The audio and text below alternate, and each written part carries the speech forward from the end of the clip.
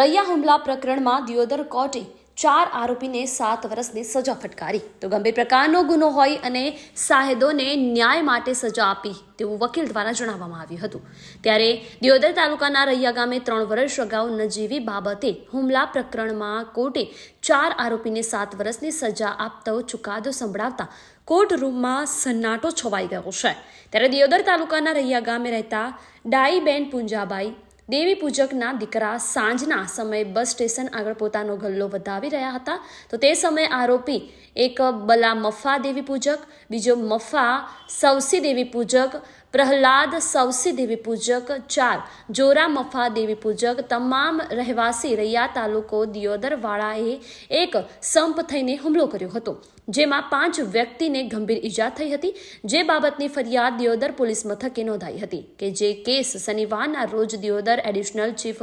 Judicial magistrate doctor MS પાંડેની કોર્ટમાં ચાલતા સરકારી વકીલ શૈલેષભાઈ બ્રાહ્મણે ફરિયાદી પક્ષ તરીકે ધારદાર દલીલો કરતા કોર્ટે દલીલો ધ્યાનમાં રાખીને એપીકો કલમ 325, 323, 294 ખ, 506(2), 114 ગુનામાં 4 આરોપીને 7 વર્ષની સખત કેદ અને તમામ આરોપીને અલગ અલગ ગુનામાં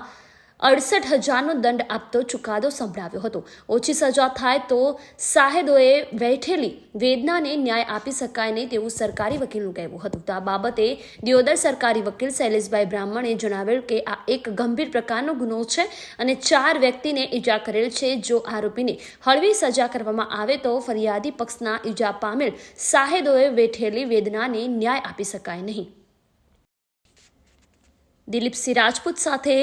લાઈવ ઇન્ડિયા 24 ન્યૂઝ। 2021 રોજ બલાભાઈ મફાભાઈ દેવી પૂજક, મફાભાઈ સવસીભાઈ દેવી પૂજક, પ્રહલાદભાઈ સવસીભાઈ દેવી પૂજક અને જોરાભાઈ મફાભાઈ દેવી પૂજક નામના 4 આરોપીઓએ આ કામના ફરિયાદી અને સાહિદો, જેમાં 3 મહિલાઓ અને 2 પુરુષ, આ 5 જણાની ઉપર લોખંડની ટોમી અને લાકડી વડે હુમલો કરેલો અને એ હુમલામાં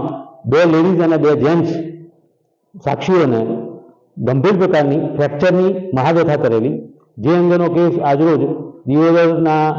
additional chief judicial magistrate doctor MS Pandey સાહેબની કોર્ટમાં ચાલી જતા આ 4 આરોપીઓને નામદાર કોર્ટ દ્વારા ગુનેગાર ઠરાવી અને